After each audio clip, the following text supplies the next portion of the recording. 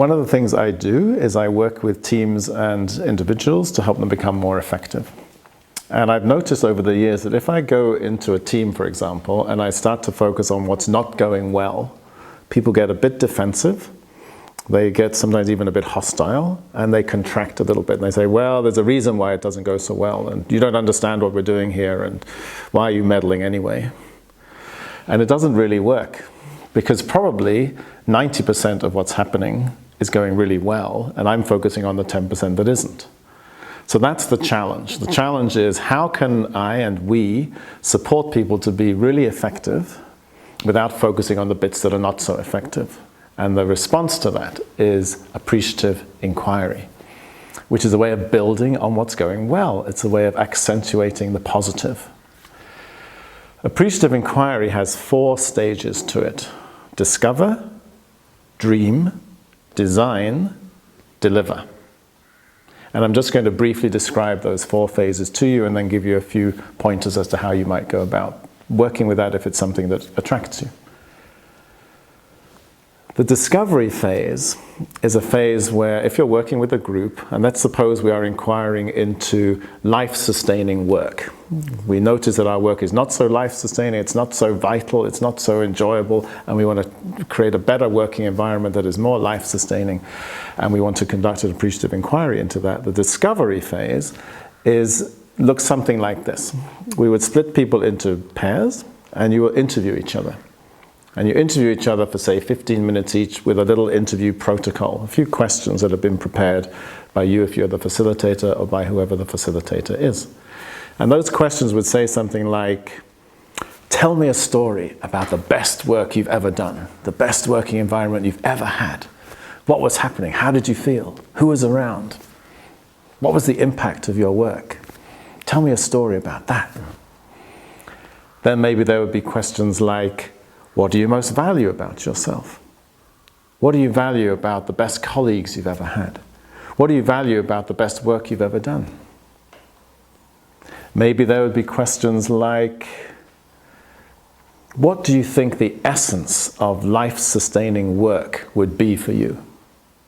And maybe there'd be a question like, if you were to imagine it's 3 years from now and you were doing the most life-sustaining work you could imagine, what would you be doing, and how would you feel, and who would be around you, and what would be the impact?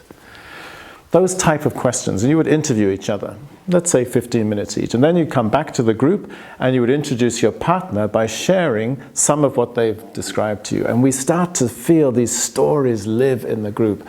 What happens in a group is very beautiful, because the atmosphere becomes very positive, because all these positive experiences that people have had start to manifest in the room. We start to feel them. This is alive in you, this is your experience, this was your experience, this was your experience. And the atmosphere changes from one that's very problem-focused, a kind of frown-centered approach, to one that's full of smiles and laughter and positive energy. While these stories are being shared, and while the responses to these interviews are being shared, people are also capturing on little post-it notes the essence of these things. So this is an important value for you, or this is an important process, or these principles are important to you, or these practices seem to really sustain you.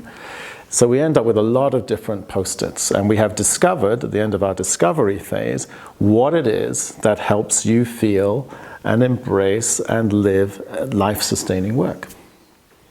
Then we go into the dreaming area, the dreaming part of our appreciative inquiry. And to dream, we put all these post-its up on a big wall if we have one, or on a series of flip charts, and we start to cluster them. And we see that these seem to be common processes, or common values, or common principles, or common practices from what everybody has shared that seem to be at the heart of life-sustaining work in this example. And we start to cluster them, and people who are really good at drawing or have symbolic ways of seeing things and thinking start to draw some images that encapsulate some of this. Some people are very good at words. They start to write sentences that embody some of these things, phrases that embody this. And little by little, over the next hour or so, we create what we call a provocative proposition.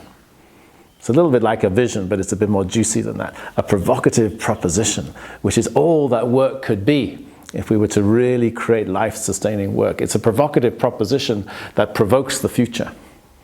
And we start to see this is what we want to achieve. We want to provoke the future. We want to be as beautiful, big, brilliant as we can be. We want to be immersed and engaged in life-sustaining work, and it can look like this. So we have a sentence and maybe some images to aspire to. That's our dreaming phase. So we have discovered, we dream, now we design.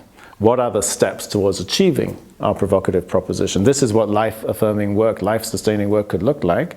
So what are the steps we need to design to achieve it? Who do I need to talk to first? What market research do I need to do? Do I need an office space? What technology do I need? I need to design the steps towards achieving it. And the last step is the deliver phase, delivery. How will I set timelines, resources, budgets, indicators that I'm actually achieving and delivering on the design? So these are our 4 stages of appreciative inquiry. First of all, we discover. Then we dream into the future. Then we design. Then we deliver.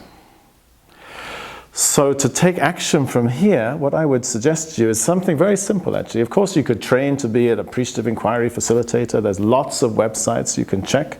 If you Google appreciative inquiry, lots of information will come up.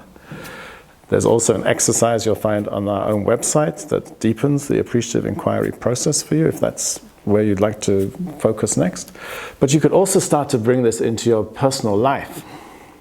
The other day I put on Facebook a little comment that said, imagine going through the next 24 hours without complaining and see how that would change your life.